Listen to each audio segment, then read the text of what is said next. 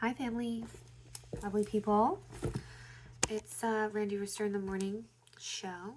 If we are going to continue to call it that, I'm not so sure. I filmed this the other evening, and it was pretty smooth. I liked the result, but there was some misinformation, and if I can't make this work, I guess I'm gonna have to cut it. I'm gonna have to cut the video up a bit, or I'm gonna figure out how to tap on the what do you call it? I don't remember. I used to be able to do stuff like this. I took a media class. I used to be media literate, and I'm not anymore. But it's fine. Everything's fine because I can wing it. Okay. There's two things. There's two things here. I have a placement in my birth chart. It's my Saturn placement. Let me see if I can find it. Saturn is the ruler of my birth chart because I have so many Saturn ruled planets in my chart. But Saturn, he's the one who ate his kids. He did, though. Saturn revolves around the sun approximately every 29.5 years. Somber and serious. It deals with the responsibilities you take on and work through. So, responsibilities. Feared by the ancients because it was a warning of limitations. Saturn is the first of the karmic planets, meaning it relates to unfinished business, usually from a past life. Wherever Saturn is placed, wherever Saturn is placed, it demands something be accomplished. If you haven't taken care of your responsibilities, Saturn is not going to let you proceed. Okay. This is all relevant. This is super relevant. It's more, I didn't read this before we started. Saturn is a restrictor. It will confine. It can confine you in numerous ways, from a broken body to the limitations of your finances. With Saturn, there is a lesson to learn and a lesson to teach. Through Saturn, we grow and develop both physically and mentally. It is the planet of maturation. Saturn makes absolutely sure that you will reap what you sow. Saturn has been referred to as the old man of the sky. It is not going to let you get away with anything that is not part and parcel to your positive development or evolution. Saturn rules Capricorn, the midheaven, and 10th house. Okay, slay. Anyway, so I have so many Saturn placements. My sun and my moon are in Capricorn, so those are ruled by Saturn. And then also I have 3 or 4 placements in Aquarius, and Aquarius is ruled by Saturn and Uranus. Also, this book is called The Complete Book of Astrology. Shelby put me onto it. Shout out Schlurb. I don't know. Don't ask me why I said it like that. I have no clue. Anyway, so I have my Saturn in Aries. Okay, that's not what you want, bro, because of what he just said. It's all about restriction, and Aries is not about that, bro. It's not about that life. Okay, Aries doesn't want to be restricted. Okay, so what does that mean when Saturn is in Aries? It means you just want to run amok. You just want to freaking. So the thing that's supposed to be all strict and steady and paced, it's I just can't. Which it's just crazy because I have so much Saturn influence in my chart, and then I have fucking Saturn in Aries. I'm sorry, I don't mean to curse, but I really like it. I really like cursing, and I think that it adds color. It adds color and expression, and I don't think we should be so on about bad words. Anyway, that's just an aside, I guess. But the reason I'm bringing this up is because I really just feel like I have to be off the cuff. If I try to be super I want to say this, I want to say that, I can do that. It takes a lifetime. It takes an absolute excruciatingly long amount of time. If you've ever been around me trying to write out a text message, you understand. I've definitely gotten better. I've definitely eased up, but goodness. It's also because I really like words. I feel like there is a way to make something so just efficient when you're like saying it. That's just like my favoriteest thing that brings me so much satisfaction, which is a frustration of mine currently because, you know, I haven't been reading or learning and expressing like one does when they're a student. And so, yeah, words, they're not floating around like they used to in here. They're not just readily available. That's annoying. But the other thing in this book I wanted to talk about was my Mercury placement. I hope this is making sense. I hope that you guys are here with me still. If you're not, that's fine. So Mercury is the planet of communication. You're probably more familiar with Mercury retrograde, or, you know, that gets thrown around a lot. Mercury's in the microwave or whatever. You know, I can laugh. I also laugh. I'm one who laughs. But yeah, so this is another funny placement, okay? Because I have Mercury in Sagittarius. And I want to read this to you because if I can just, you know, I think it just puts all of this into perspective, okay? Because I know that in my last video I was talking about gifts and I was saying, oh my gosh. And then I never said what my gift is. I never got to any point. And I don't think I'm ever going to be getting to any point. I'm just musing, conversating. I'm just rambling, okay? And we're allowed to do that. Some of us are meant to do it, okay? That's not me. That's what I'm saying. That's what I'm saying. Mercury in Sagittarius doesn't have the barriers that are necessary for concentration. So while the mind is good and alert, it can't concentrate on any one subject to create a goal or objective. This mind goes here and there, touches this and that, but its impatience and inability to hone causes him to expound articulately about an ideal or philosophy without wholeheartedly believing it. That is about as on point as overzealous. I'm just saying. Drink some water.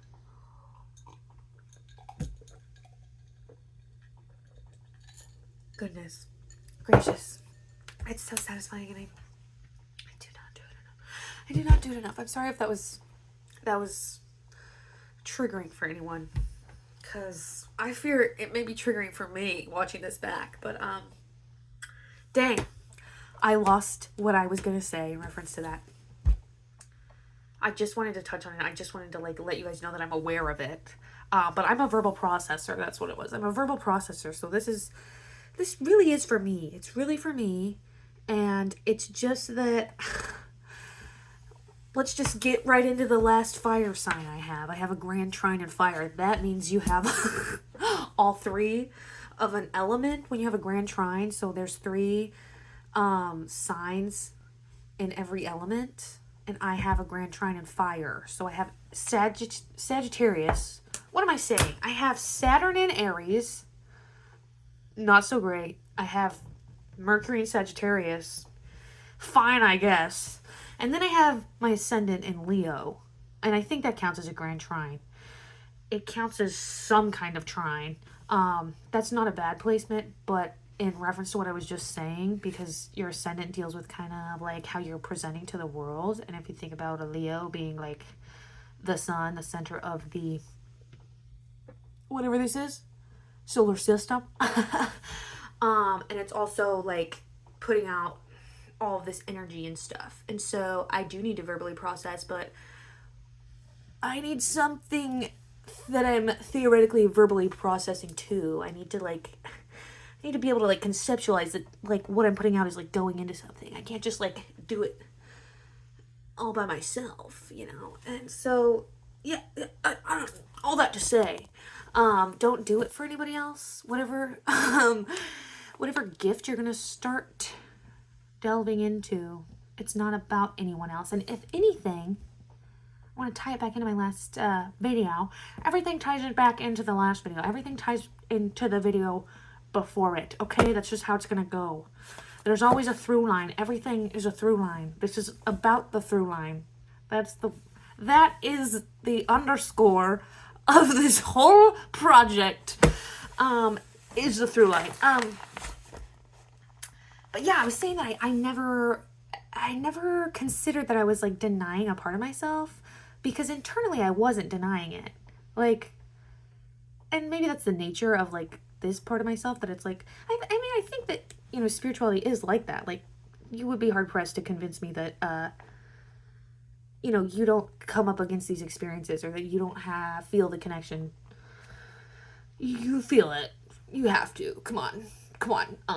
Just because the language we have to like explain this stuff has kind of been like co-opted and convoluted and claimed by religious institutions.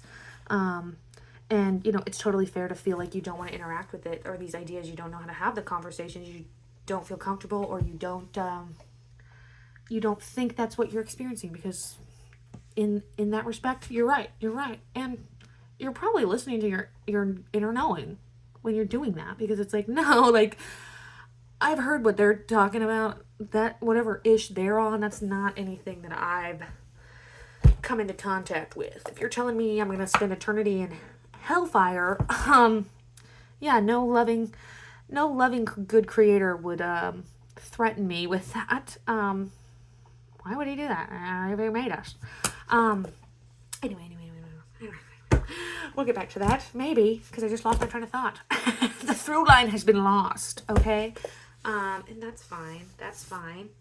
The word of the day is audacious. Frick sticks, guys. Goodness. What is this vibe right now? Did this just get bumped? Am I just constantly bumping it? Bring the action. Anyway, so audacious. Showing willingness to take surprisingly bold risks. Showing arrogance, recklessness, or lack of respect. So I wanted to focus on the bold risk-taking aspect of it. Because when I was writing down the definition, I was thinking, to a degree, like, the risks are just perceived risks. Like what I was just saying. The thing that you feel like you can't embody because the people in your life might reject you. They might have judgments towards you. It might be that thing, because why are you even thinking about that thing? Like, yeah, you're telling yourself it's like not a big deal, but why is it even on your mind? Why are you even having the thought process about it that other people are going to judge you? Like, if it's not that big of a deal, why would it even occur to you that other people would judge you for being that way or doing that thing? I'm just saying.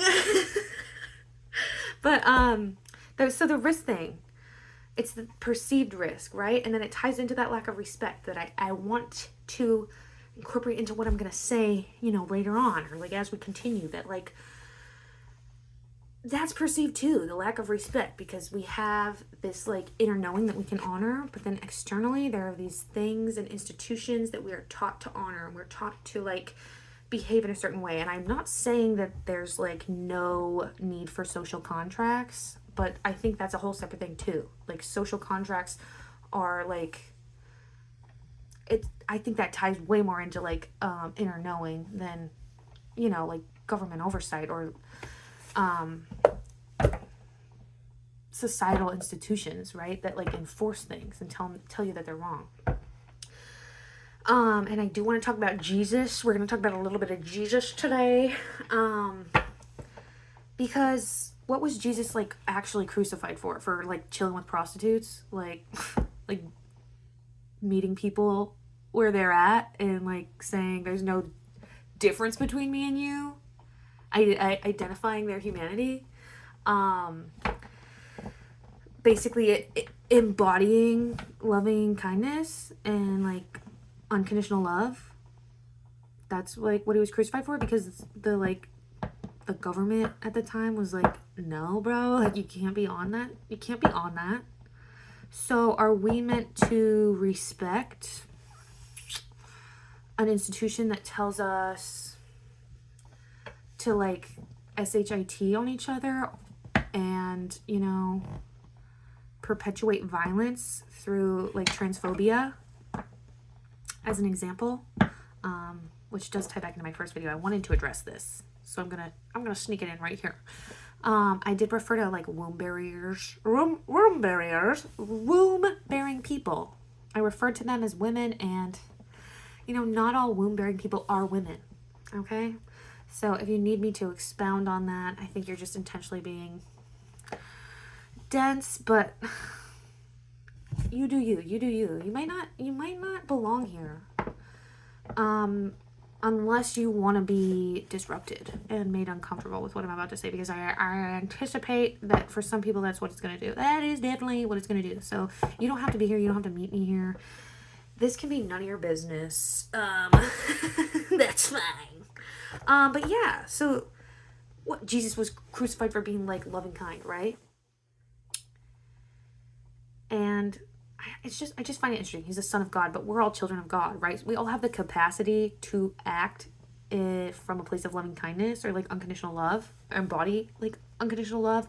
And so in Christianity, they say, take up your cross. And what does that mean? Take up your cross. What is the thing that's going to get you crucified? What is the thing it's in your head? You know it's there. You think about it. It's the thing that you know people are going to like judge you for. Or you think they're going to judge you for. You don't actually know. Maybe you know they've judged other people for. You know, like you've heard them judge, you know, people doing similar things or saying similar things. So that's what it is. That's one of your gifts, or it is a gift that you have. It's that thing. It's that thing that you're afraid other people are going to crucify you for. And when you take up your cross and you stand in your power and embody your essence, the essence of your, like, the essence of what you are. That you are a unique expression of a human being, right? Nothing new under the sun. Like, nothing we can come up with is new or unique. Like, all of these ideas, they don't belong to anyone. But the way that you express it to other people, that's what's unique. And so, yeah, what the heck am I saying? When we are doing that, though, it creates this, like, it's like becomes self-perpetuating.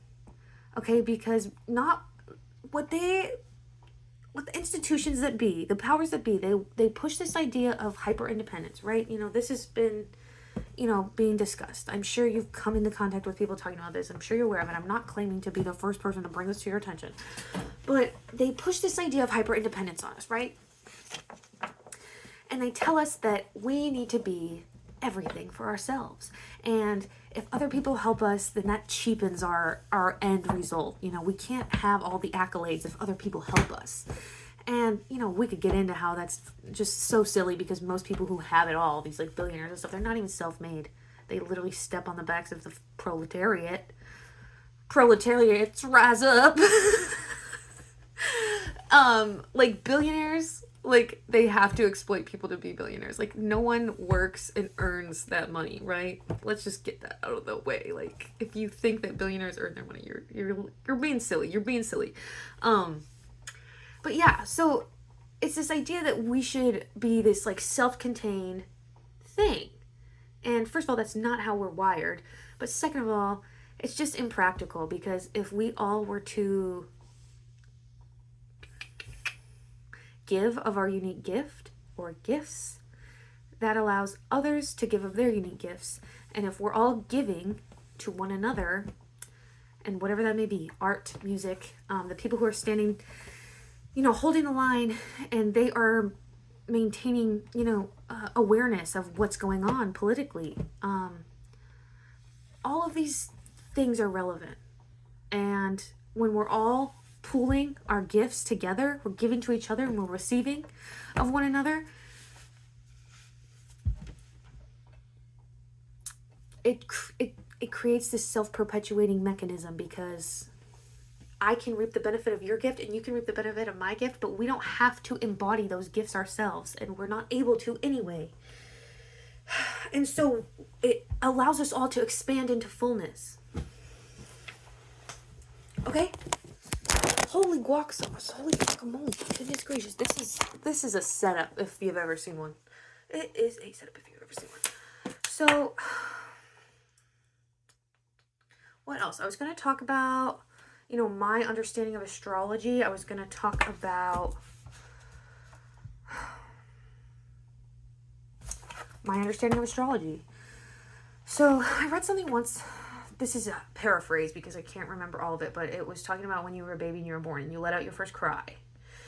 And your cry, your very first cry from when you were a baby, is still traveling to the farthest reaches of the universe, because the universe is expanding infinitely.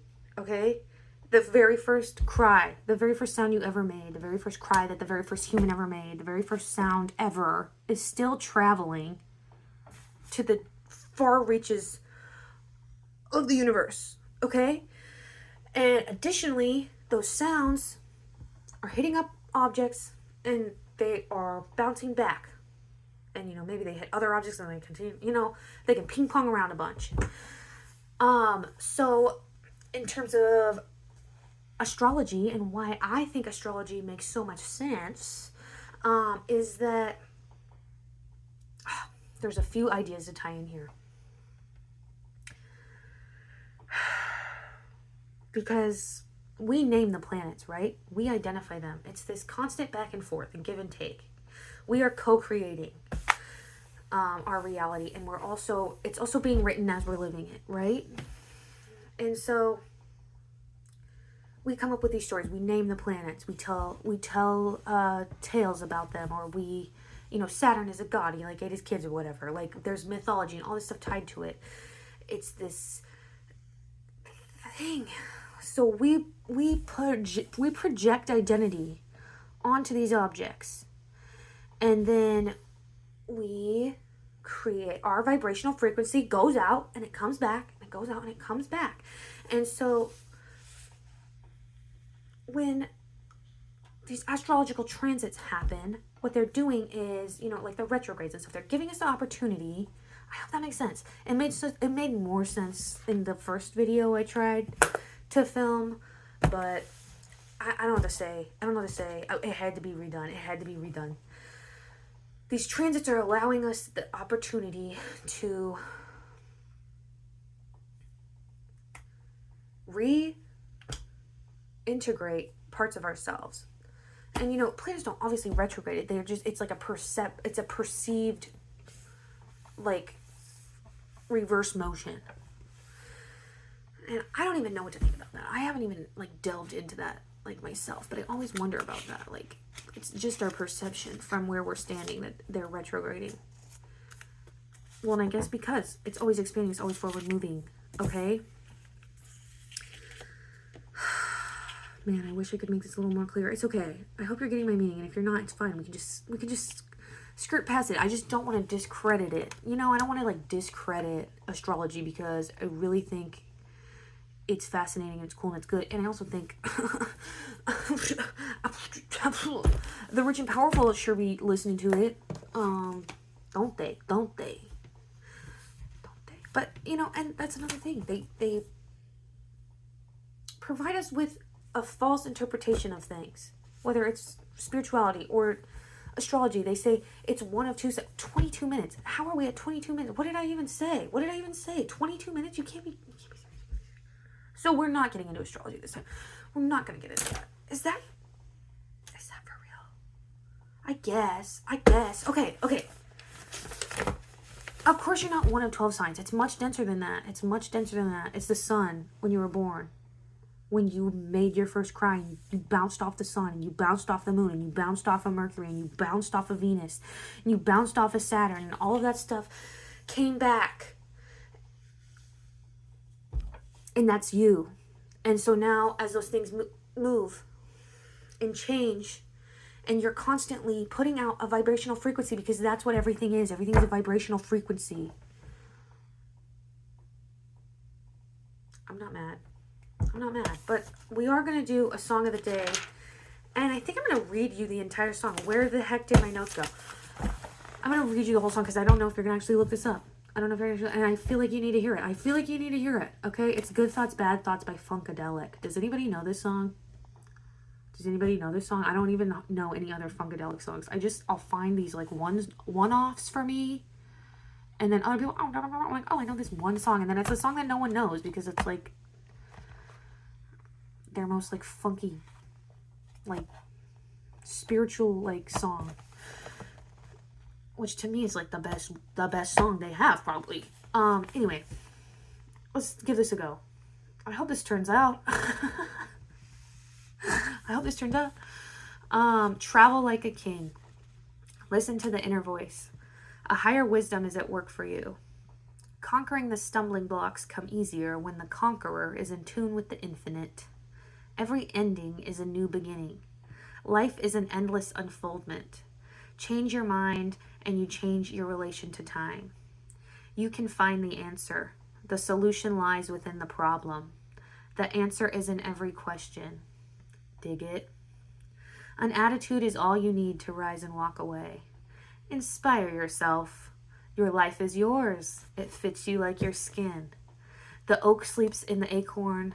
The giant sequoia sleeps in its tiny seed. The bird waits in the egg. God waits for his unfoldment in man. Fly on, children. Fly on. Bit more here. You gravitate to that which you secretly love most. You meet in life the exact reproduction of your own thoughts. There is no chance, coincidence, or accident in a world ruled by law and divine order. You rise as high as your dominant aspiration. You descend to the level of your lowest concept of yourself. Free your mind and your ass will follow. The infinite intelligence within you knows the answers. Its nature is to respond to your thoughts. Be careful of the thought seeds you plant in the garden of your mind, for seeds grow after their kind. Play on, children. Every thought felt as true or allowed to be accepted as true by your conscious mind take root in your subconscious, blossoms sooner or later into an act, and bears its own fruit. Good thoughts bring forth good fruit. Bullshit thoughts rot your meat. Think right and you can fly. The kingdom of heaven is within. Free your mind and your ass will follow. So that's the song of the day. Listen to it, dig it. It's fun. It's like a lot of like guitar. I can't even. It's like really like it's like a guitar for a while, and then they come in with the words, and then it's more guitar, and then it's some more words, and then it's some more guitar. It's pretty sick and good. I did want to touch on the astrology though, because it ties into this whole thing that we're turning to one another. You know, the powers that be, just for lack of a better term. They really do introduce these ideas, like the hyper independence, being the one to like receive the praises of the masses. You know, this whole idea that, you know, we're chasing, that we want to be the best. And you know, I'm not gonna say that I've never like wanted to like achieve something great, but the thing is, I think that idea wasn't implanted. I think that idea exists in all of us. Like that would be another thing you'd be hard pressed to convince me that you don't feel like you're meant for something great, right? Or something big. And I think the big thing that we're all meant for is this. It's this idea of returning to community, okay? And let me jump back into the Jesus thing, because the second coming to me is not a single person. And it ties into what I'm saying. It's not a single person, okay? If we humans are the body, why is the second coming of Christ not a large number of people coming back together, remembering community? And anyway, it's you know, and it's not going to be like, you know, so easy. It's not going to like happen so fast.